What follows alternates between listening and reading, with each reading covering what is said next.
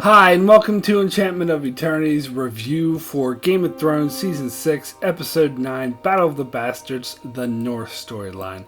So I'm going to do something really unique for this episode since I have a lot to say about this episode. Instead of making 1 hour long video, I'm going to split my review of Episode 9 into 2 videos since there were 2 storylines in this episode, Meereen and the North. I'll do one for each as I have a lot to say about both storylines. So first off, I have to give a spoiler warning for Game of Thrones up to Season 6, Episode 9. If you haven't seen up to this point, you may not want to watch this video. Otherwise, some things may be spoiled for you. However, it will not contain any spoilers from production leaks or the novels. So in this video, I'll cover the North. For my overall introduction of the entire episode, you can watch my Meereen Storyline video, so I won't repeat what I said there, and we'll just jump straight into the North. So we start this storyline with a parlay between Ramsay and his supporters, with Jon and Sansa and their supporters, where Ramsay was being uncharacteristically magnanimous, or so it appears, as he promises pardons for everyone, threatening them, and pardons for Jon Snow for abandoning the Night's Watch as long as they return Sansa to his side. Now, it is interesting that they mentioned Jon Snow abandoning the Night's Watch, because I know some people were complaining, why is no one bringing this up? But that's because most people like Jon Snow don't really care. Ramsay was just bringing this up to be a dick, because technically he should be killed for doing that as Warden of the North. It falls on him to do it, but really I don't think anyone else really cares.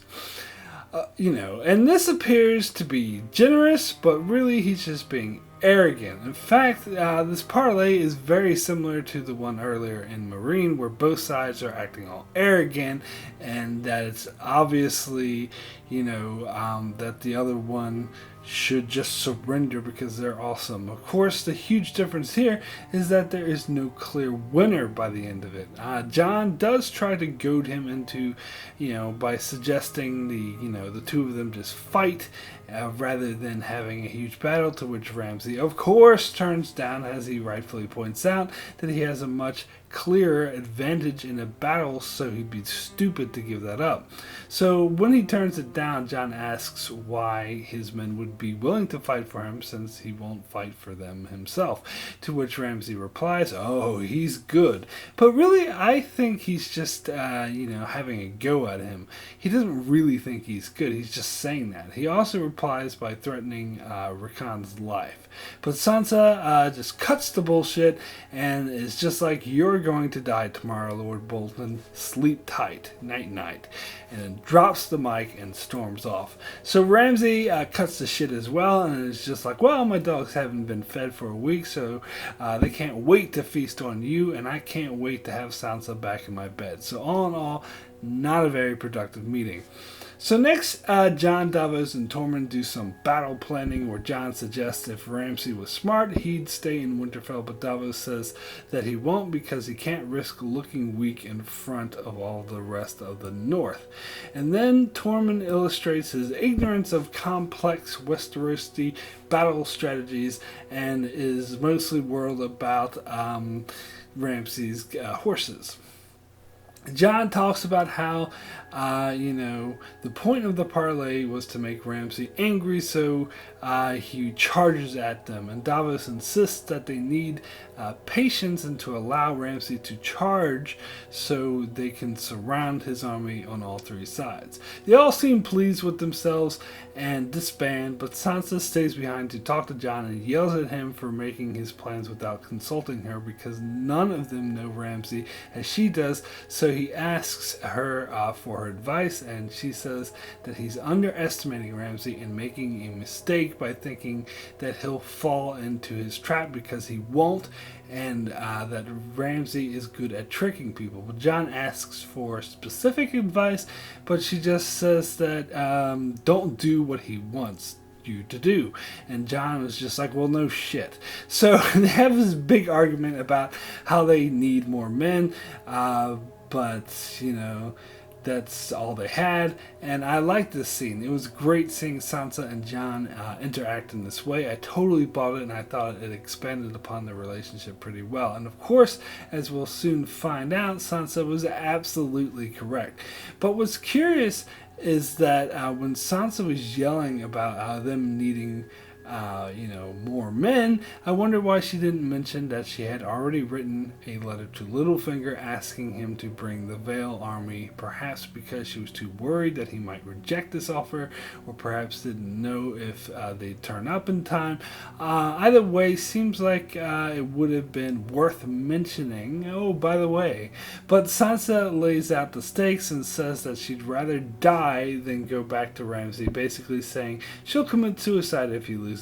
So yeah, the stakes are pretty high.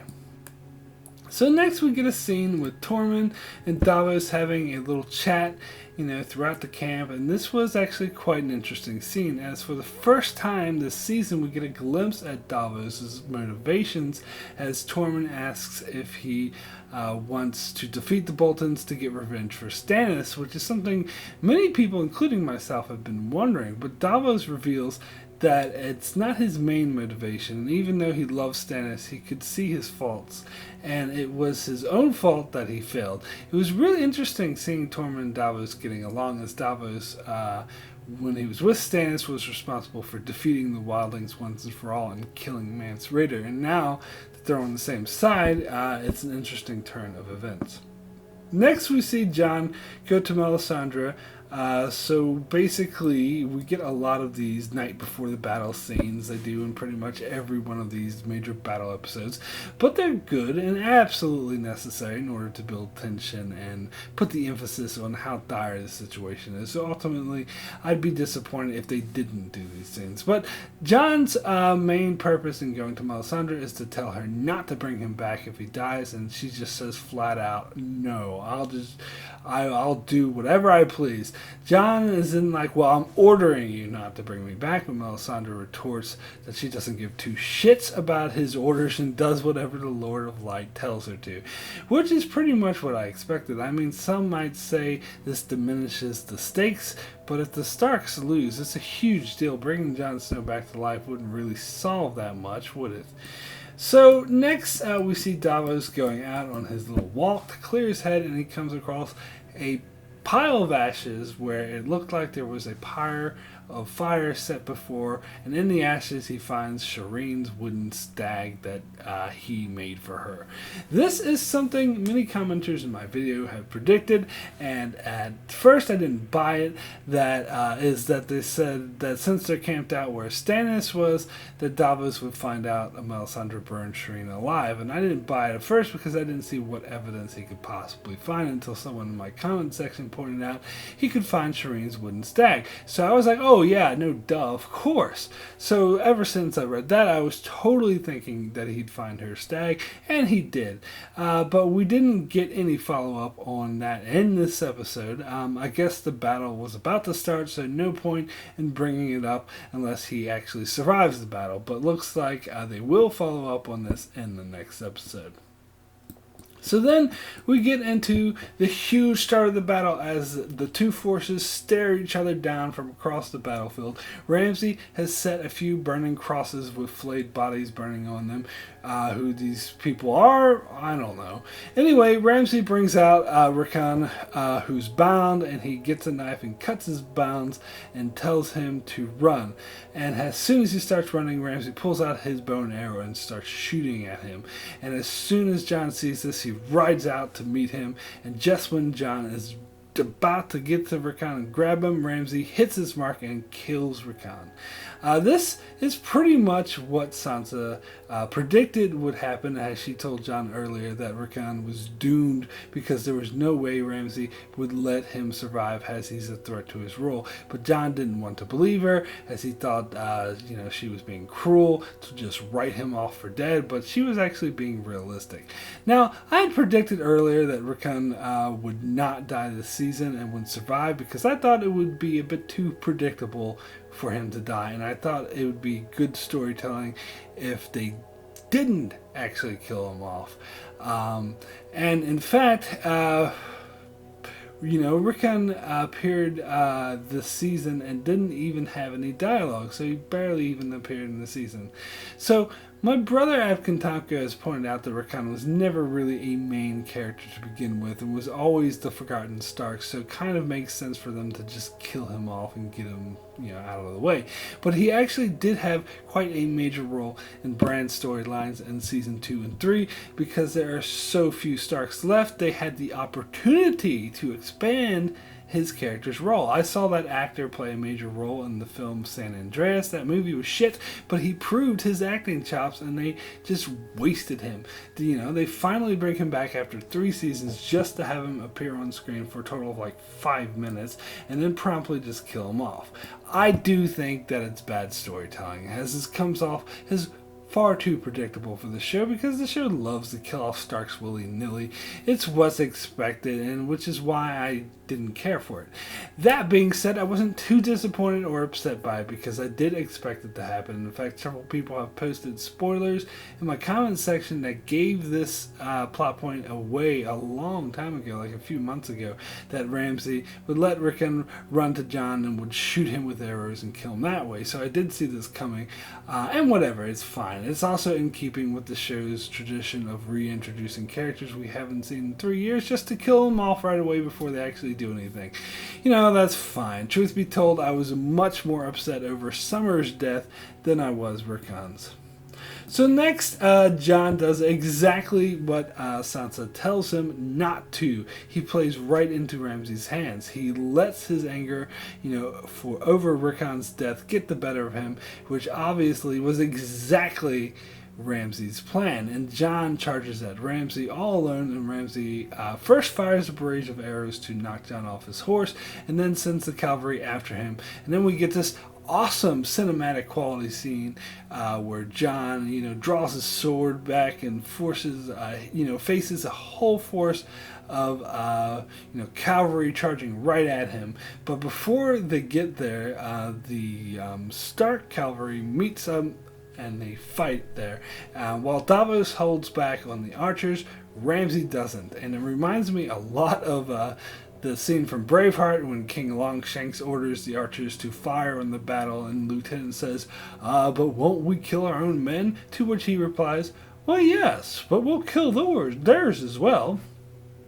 So they left that dialogue out probably because, there'd be no way to do it without sounding exactly like Braveheart. So I feel that dialogue was kind of implied. This was, in fact, all part of Ramsay's plan as he wanted to build a mound of dead bodies. He didn't care whose men they were, if they were his own or Jon's, whatever, it doesn't matter. He just wanted to stack out the dead bodies to build a roadblock.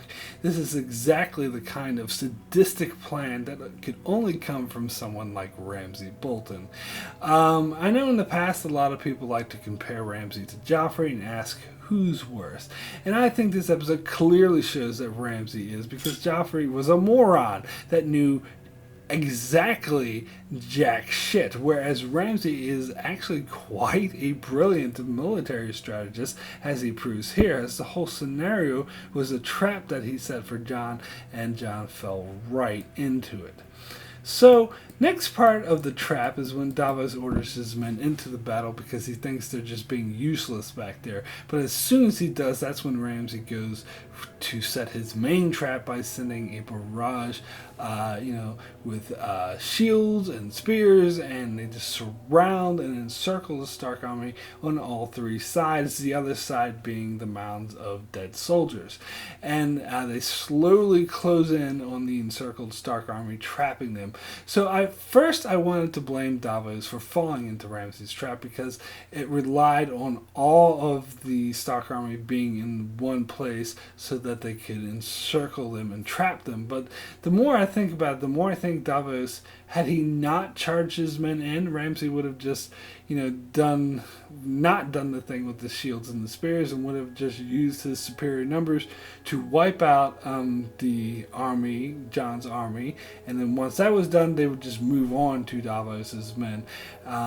So I think that it was kind of a lose-lose situation for Davos at that stage. So in other words, Ramsay was smart about using his superior numbers to his advantage, rather than just being arrogant and being like, well, I got the superior numbers, I can do whatever the hell I want because you're not going to beat me. He actually used a smart strategy in order to push that advantage. So again, Ramsay turns out to be one of the best military minds in Westeros. But basically, it's worth noting that Davos did the exact opposite of what he told Jon to do, and that was to let the Boltons charge and be patient, which he didn't do. So they're all trapped in this encirclement of shields and spears that slowly close in on them, and most attempts to break through this line are unsuccessful. Most people are, killed trying. Tormund manages to kill a couple of people, but he's actually pulled back before he's killed. One seems to be having a lot of success breaking through this line with picking up bolting men and ripping them in half, which is really awesome.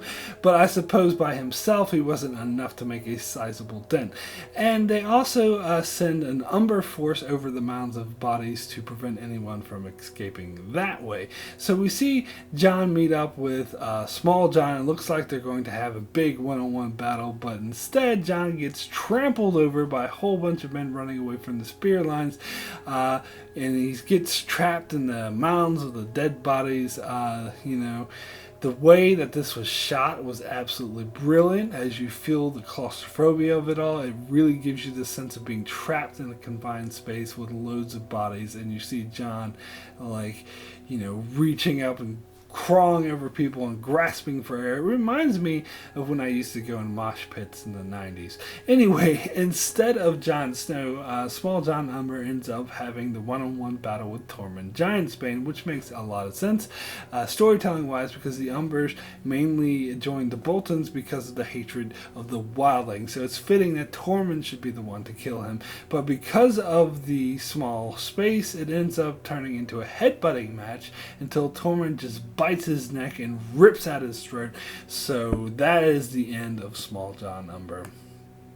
So things look desperate, and they play this sad music like the good guys are going to lose. So at this stage, I was just like, wait for it, now! And then, of course, we hear the blowing of the horns in the distance, and looky who it is, Littlefinger showing up with the Vale army to save the day.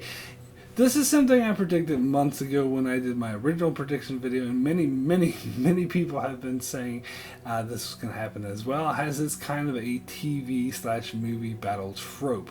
Some people are even referring to them as the Rohirrim charge, and it's funny because the Vale cavalry do look a lot like the Rohirrim. That being said, I didn't hate it. Sometimes tropes are tropes for a reason because they work, and I felt this one really worked as well because it creates an interesting dynamic because they're all indebted to Littlefinger now, which is not a place that you want to be. So we do in fact see Sansa riding along Littlefinger. So the the Vale cavalry makes quick order of the Bolton army because of their position. They were vulnerable from the rear, and especially to cavalry. So this was the flaw in Ramsay's plan, that his plan was completely dependent on the Stark army not having any reinforcements, and it falls apart if they do. So some could say Sansa saved the day and was the only reason they won the battle, but then again, had she actually told Jon about the Vale army in the first place, they might have never actually gotten into that losing position to begin with. So I wouldn't be too quick with the praise for Sansa. That being said, at least she swallowed her pride and did the right thing when she needed to. But again, this brings up an interesting dynamic because they needed Littlefinger to win this battle. but that assistance is obviously going to come at a huge price. And whether or not that price will be too high, that's something worth finding out, since the alternative was defeat and an end to the Stark line and any hopes that they ever had of retaking the North. I have to say the price, no matter what, has to be worth it. So Jon, Tormund, and 1-1 use the distraction of the Vale army to break free, while Ramsay can recognize that he lost. And it's great. We get this great moment where you see Jon Snow covered in mud and blood, and he just glares at Ramsay from across the field, and it's just like, I'm coming for you. I'm coming for you. And so Ramsay retreats back into Winterfell, bars the gates. He says to some random guy that the Starks have no army left, and the random guy replies, well, we have no army left, which I don't think is quite true. There seems to be shitloads of men left when the Rohirrim first came, because they were all trapped and suffocating in that mosh pit of death, so there's still tons of them, all smushed and smothered together. And I do believe most of those were from the Stark army. The Bolton army was mostly the dudes with the shields and the spears, who the Rohirrim would most likely just easily kill off. Not to mention the Starks still have plenty of Rohirrim, Vale army men. Anyway, Ramsay is just like, oh, no worries, we can just hang out here. They don't have enough men for a siege. But 1-1's like, well, fuck a siege, I'm breaking this damn door down. So Ramsay's brilliant plan goes to shit because 1-1. However, it costs him his life, and 1-1 is like so covered with arrows at this stage. I mean, he is quite an easy target to hit, so he dies.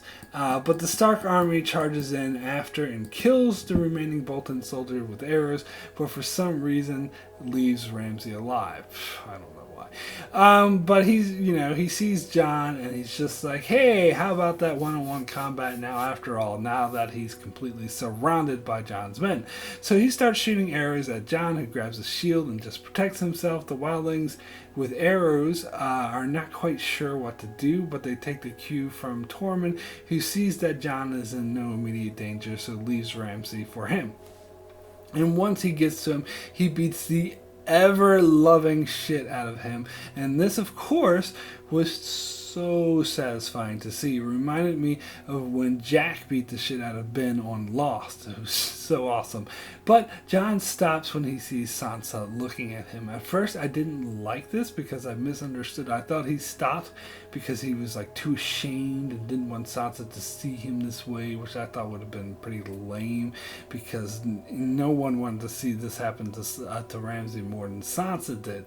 But Dan and Dave mentioned in the Inside the Episode featurette that the reason Jon Snow stopped was because he knew that Ramsay wasn't his to kill, and that Sansa deserved to have that right and privilege, and that makes a lot more sense, so I actually quite like it now that I know that's the case. So then we see them take down the Bolton banners and put up the Stark ones, saying, yay, the Starks have won, and we see Davos giving Melisandre the evil eye, so now that he survived the battle, shit's gonna go down.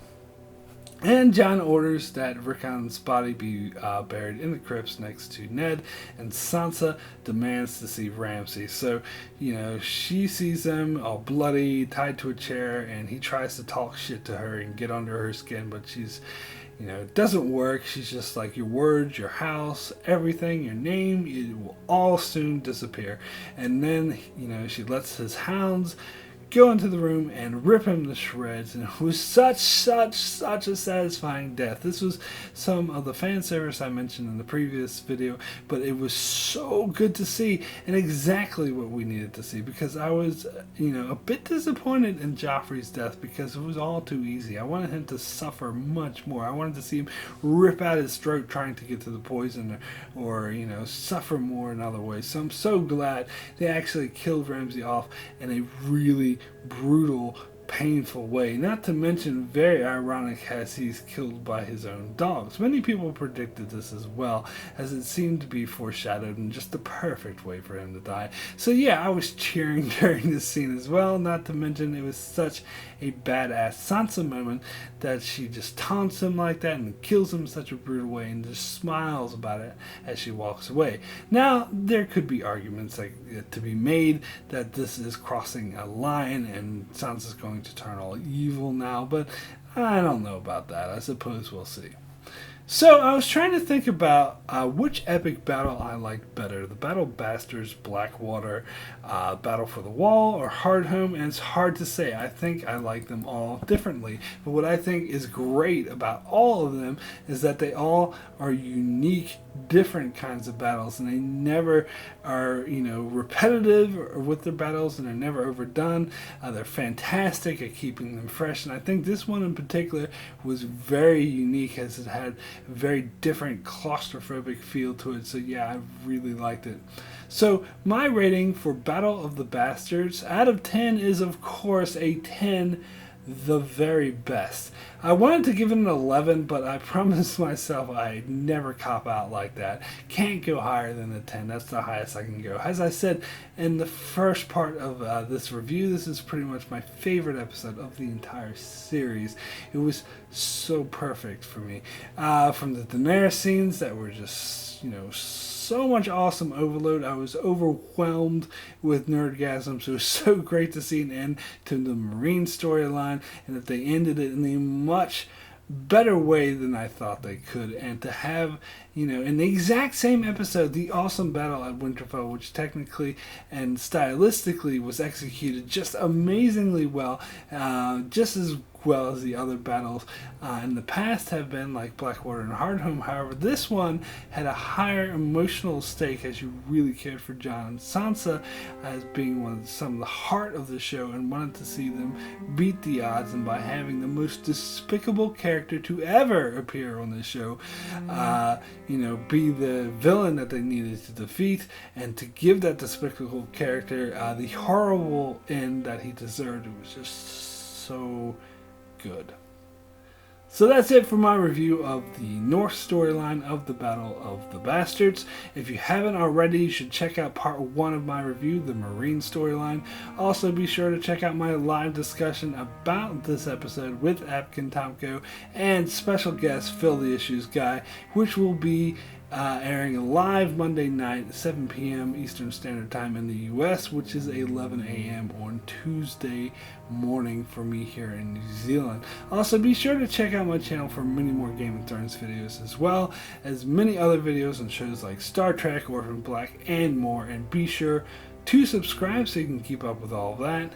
And thanks a lot for watching.